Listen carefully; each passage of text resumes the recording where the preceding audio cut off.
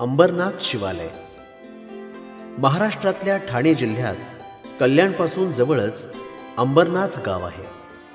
अंबरनाथ गावातल्या वालधुनी नदीच्या काठावर 11व्या शतकातलं शिलाहारांच्या काळातलं एक प्राचीन पश्चिमाभिमुख शिवमंदिर आहे.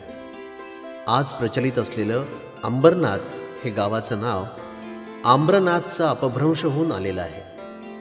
अंबरनाथ मंदिराचं शिखर हे भूमिज शैलीतलं आहे. केवळ महाराष्ट्रातल्याच नव्हे तर भारतातल्या भूमिज शैलीच्या मंदिरांमध्ये निश्चित कालनिर्देश असलेलं अंबरनाथचं शिवालय हे सर्वात पुरातन मंदिर आहे.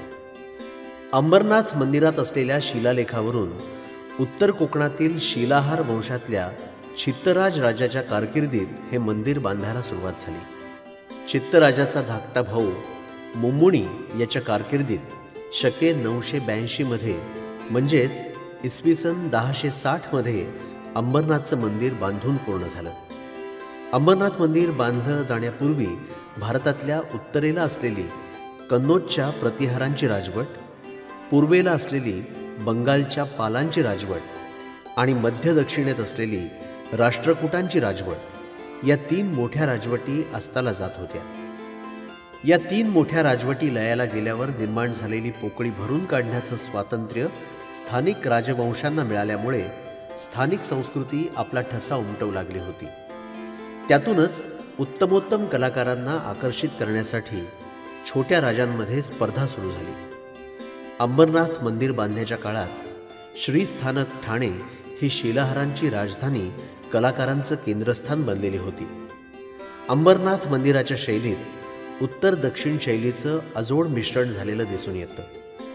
उत्तर भारतीय भूमिज शैलीत दक्षिणी पद्धतीचे स्तंभकूट बसवून शिखर तयार झालेलं आहे.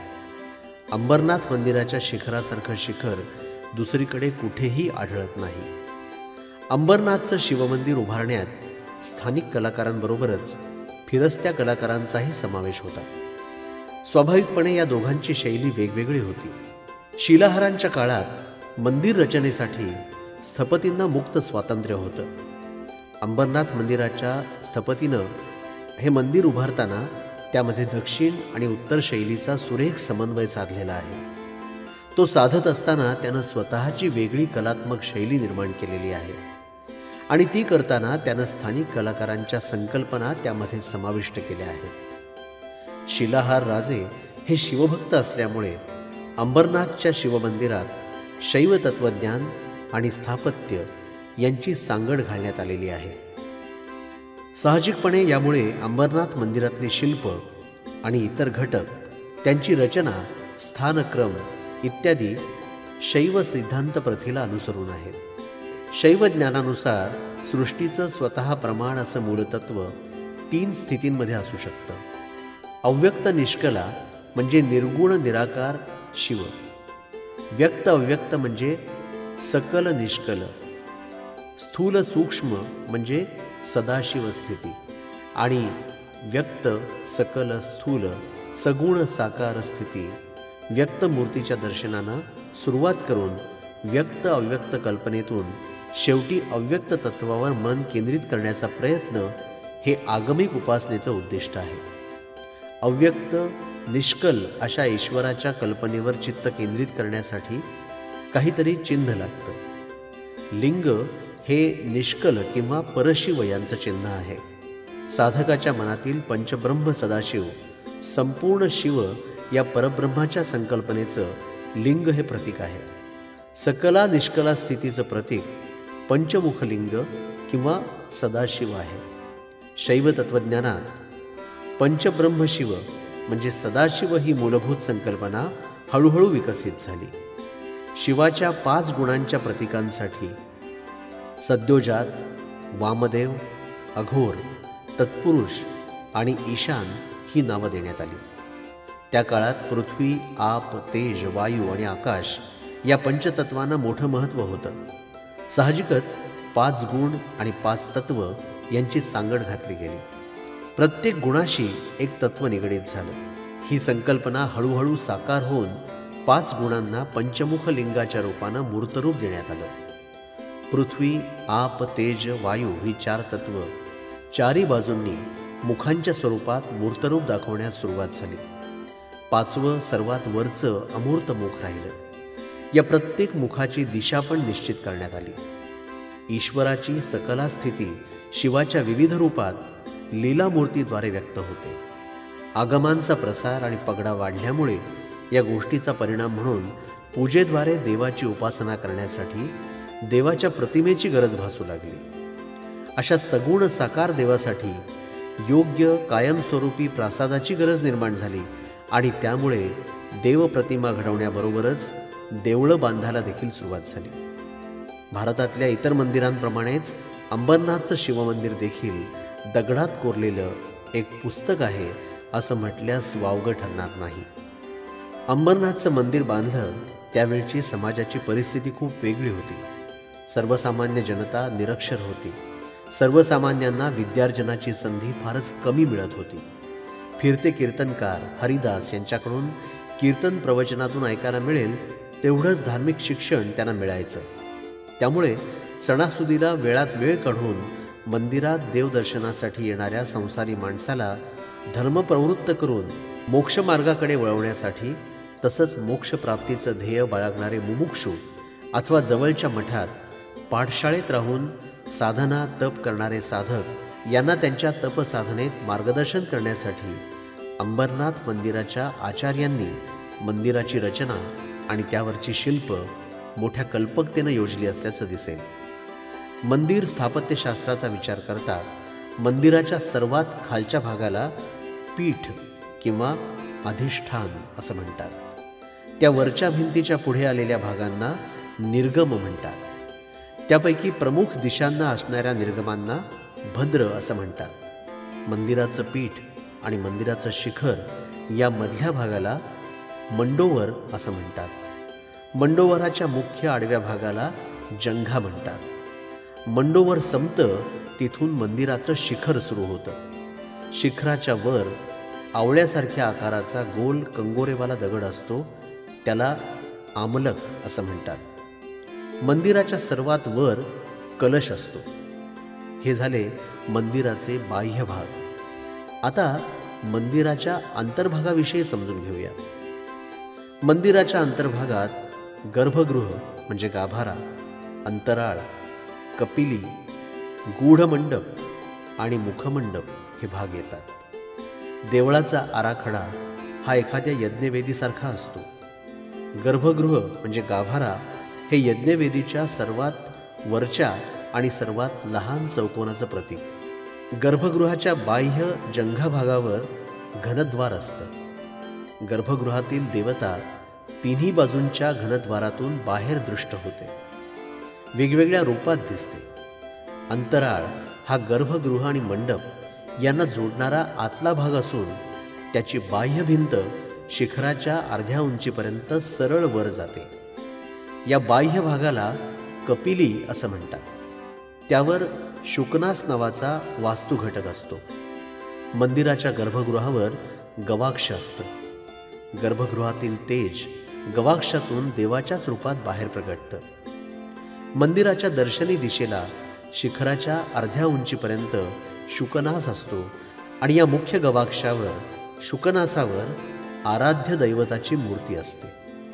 शुकनासाहून शुकनासिका आकारानं लहान असतात आणि शुकनासापेक्षा कमी उंचीवर 3 प्रमुख दिशांना त्या असतात. हिंदू मंदिरातील मूर्ती या नुसत्या सजावटीसाठी नसतात, त्या प्रतिकात्मक असतात. त्या मूर्तींमधून सामाजिक, सांस्कृतिक आणि धार्मिक दृष्टिकोन प्रतीत होतो. अंबरनाथ देवळाच्या बाह्य भिंतीवर आणि आतमध्ये दिसणाऱ्या मूर्ती काही खास क्रमानं आणि विशिष्ट जागी बसवलेल्या आहेत. आपल्या पंथाचं तत्त्वज्ञान सर्वांना चिरंतन रूपानं उपलब्ध करून देणं हे स्थपतीचं त्यामागचं उद्दिष्ट आहे. शैव आगमांनुसार देवतेचं अंगभूत श्रेष्ठत्व दाखवलेलं आहे. फक्त शिव, देवी आणि स्कंद हे दशकालात दाखवलेले आहेत.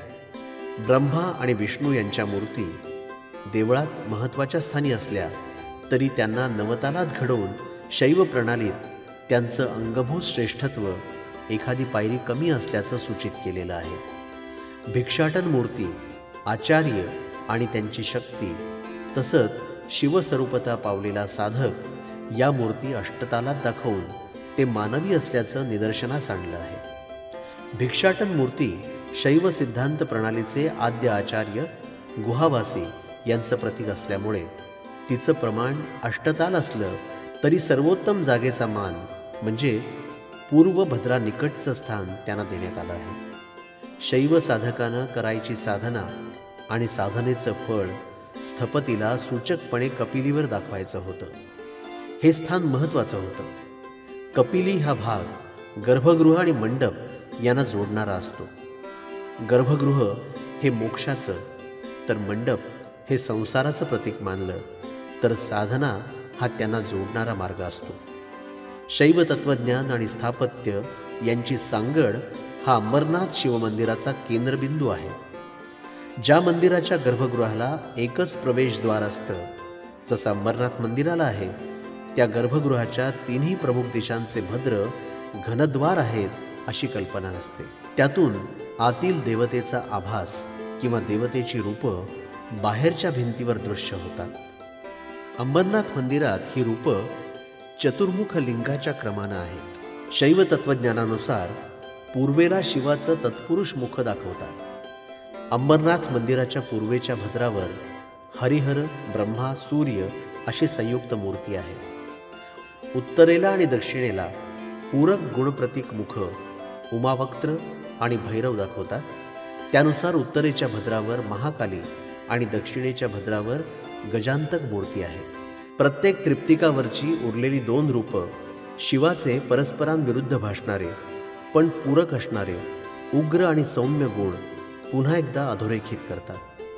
उत्तरेकडील रौद्र महाकालीच्या एका बाजूला अर्धनारीश्वर मूर्ती तर दुसऱ्या बाजूला शिवपार्वती विवाह मूर्ती अशा सौम्य मूर्ती आहेत. दक्षिण भद्रावरील गजांतक या संहार मूर्तीच्या एका बाजूला लिंगोद्भव मूर्ती तर दुसऱ्या बाजूला अनुग्रह मूर्ती आहे.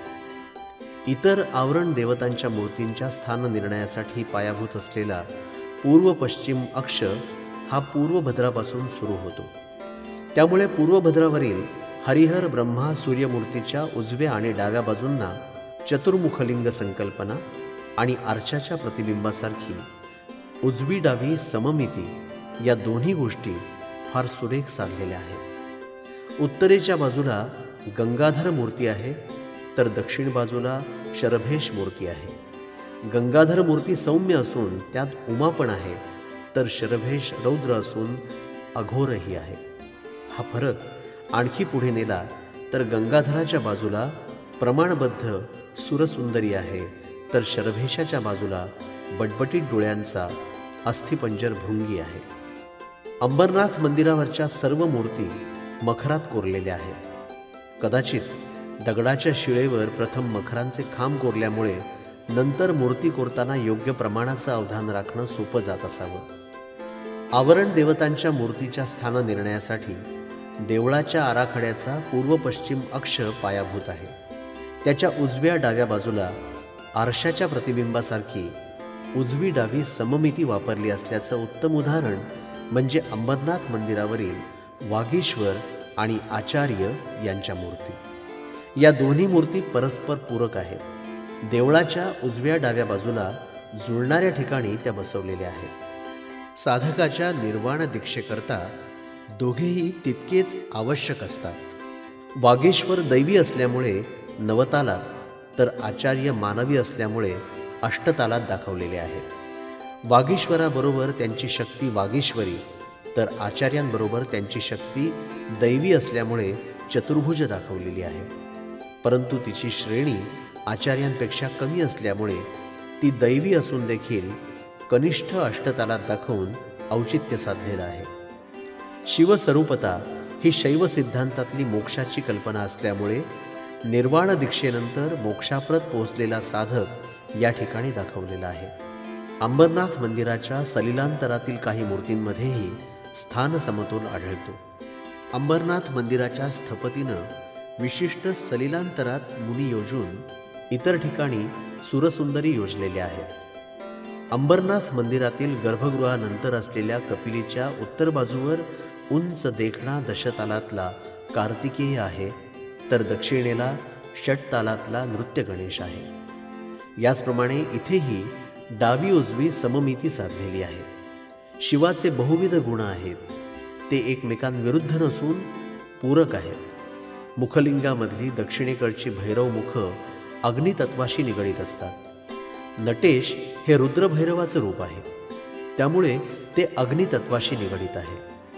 मंडपाच्या दक्षिण कर्णावर दशतालातील 4 शिवमूर्ती आहेत.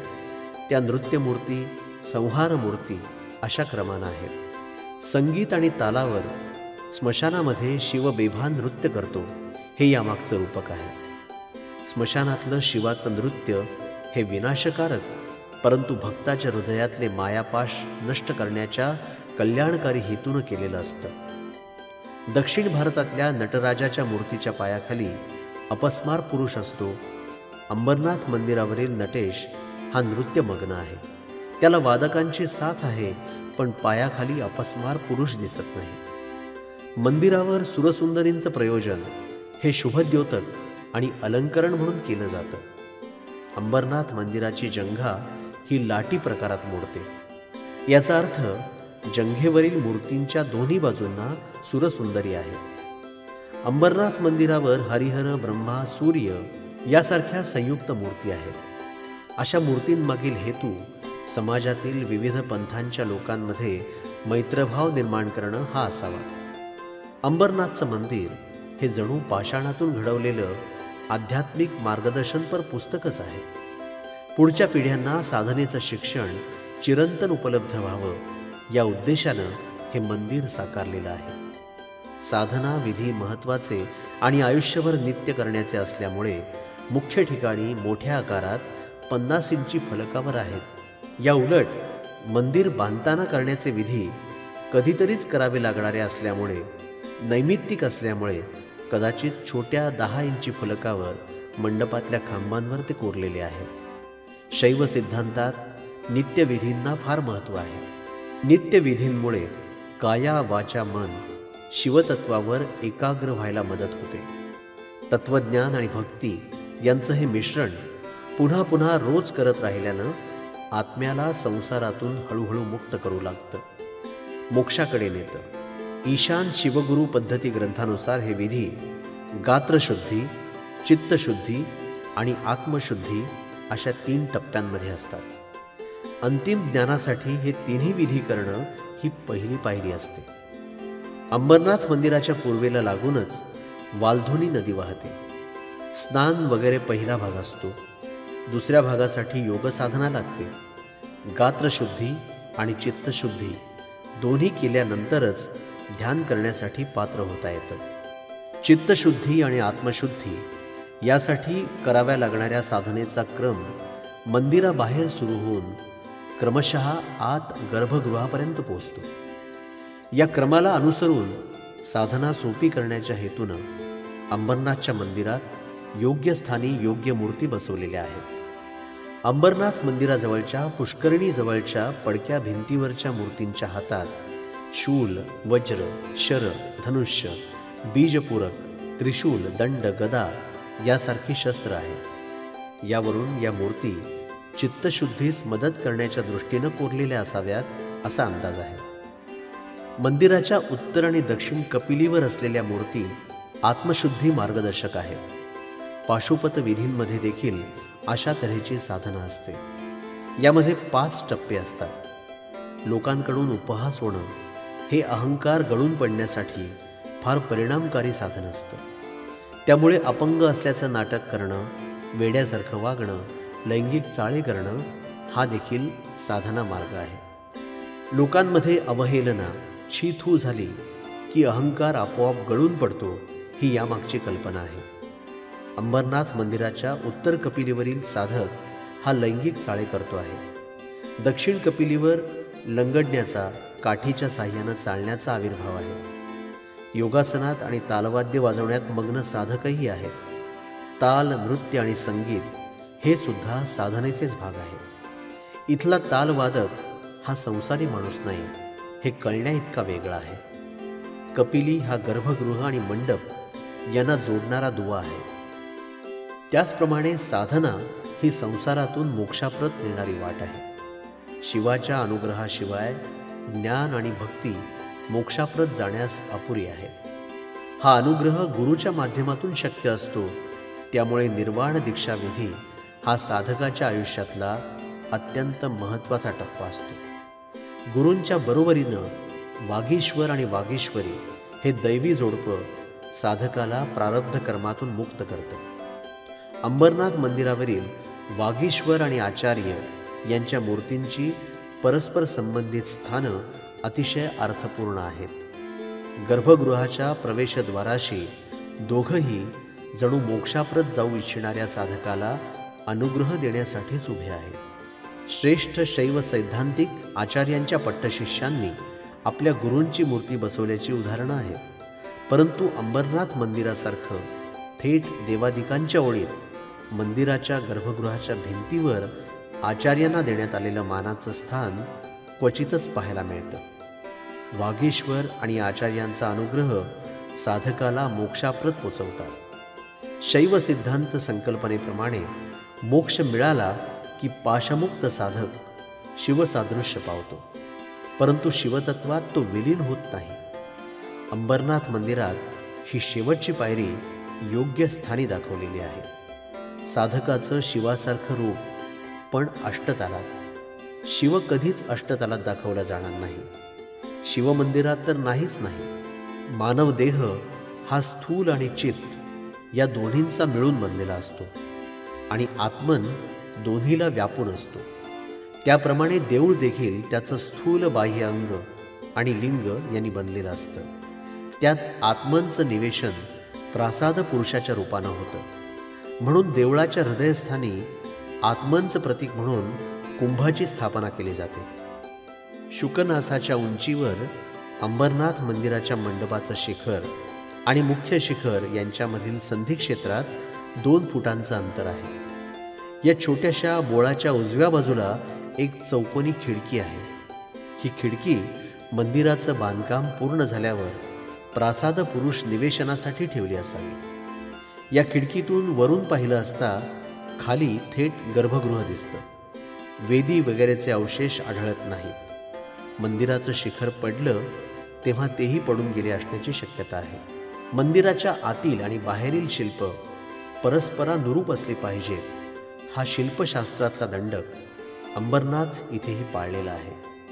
अंबरनाथ मंदिराच्या मंडपाचे छत तोलून धरणारे 4ही खांब अतिशय कलापूर्ण आहेत. मंडपातले कलात्मक घटक, मूर्तींची शैव तत्वानुसार केलेली रचना, काटेकोरपणे आखलेली बारीक तपशिलांची योजना या साऱ्यातून अंबरनाथ मंदिराच्या स्थपतीचं कौशल्य प्रतीत होतं. कलाकारांना प्रेक्षकांकडून दाद मिळण्याची सुतराम शक्यता नसताना इतक्या उंचीवर नजर पोहोचत नाही तिथे सुद्धा सुरेख प्रतिमा आहेत. हे प्रयोजन आगमांच्या आणि शास्त्रांच्या क्रियाक्रमाला अनुसरून होतं. हे कला प्रदर्शन नव्हतं, तर तो परमेश्वराच्या साधनेचा मार्ग होता. अंबरनाथ मंदिराच्या बाह्यांगावर असलेली शिवाची 16 रूपं मध्यवर्ती खांबावर दिसतात. साधकाच्या नित्य साधनेत त्यांचा समावेश असतो.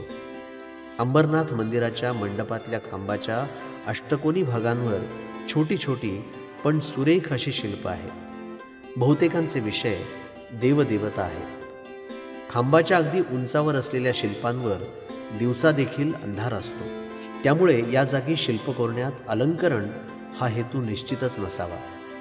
नित्य साधनेतील क्रमानुसार ही शिल्प असावी. गर्भगृहाला उतरणाऱ्या पायऱ्यांआधी उभं राहून वर पाहिलं की दिसतं ते आयताकृती आणि समतल असलेलं चालुक्य शैलीतलं छत. या छताच्या मध्यावर नटेशाचं उठावातलं शिल्प आहे. छताच्या 4 बाजूंना कोरीव नक्षीपट आहेत.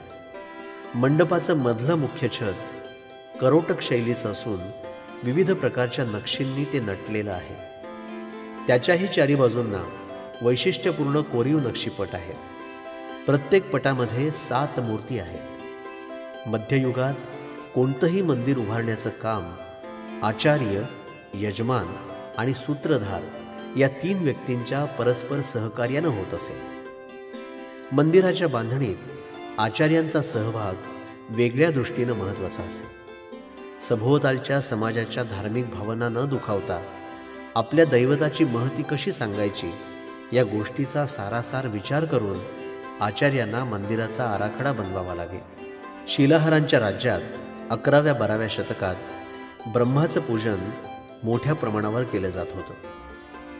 अंबरनाथ मंदिराचे आचार्य शैव सिद्धांत प्रणालीचे अनुयायी असले तरी तत्कालीन समाजाच्या धार्मिक भावनांचा मान राखण्याच्या हेतूनं ब्रह्म्याच्या अनेक मूर्ती मंदिरात मानाच्या ठिकाणी बसवून त्यांनी तत्कालीन समाजाच्या धार्मिक भावनांचा मान राखल्याचं या ठिकाणी दिसून येतं. त्यामुळे स्थानिक भाविकांना हे मंदिर आपलंसं वाटत असे.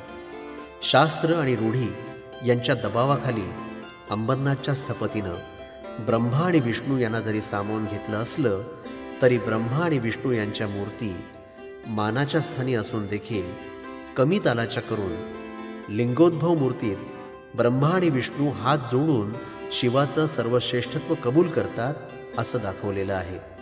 आणि शिव सर्वश्रेष्ठ असल्याची स्वमनीची श्रद्धा अंबरनाथ मंदिराच्या स्थपतीनं विविध प्रकारांनी व्यक्त केली आहे असं दिसून येईल. आचार्य, यजमान आणि सूत्रधार या तिघांचा ऋणनिर्देश म्हणून अंबरनाथ मंदिराच्या दक्षिण जंगा भागावर या तिघांच्याही प्रतिमा कोरलेल्या आहेत. त्यातही आपल्याला काटेकोरपणे श्रेणी रचना पाळलेली दिसते. आचार्य मानानं अग्रेसर असल्यामुळे त्यांची प्रतिमा गर्भगृहाच्या जंघेवर कोरलेली आहे. जंघेवर असलेल्या सर्व प्रतिमांमधली ही एकमेव मानवी मूर्ती आहे.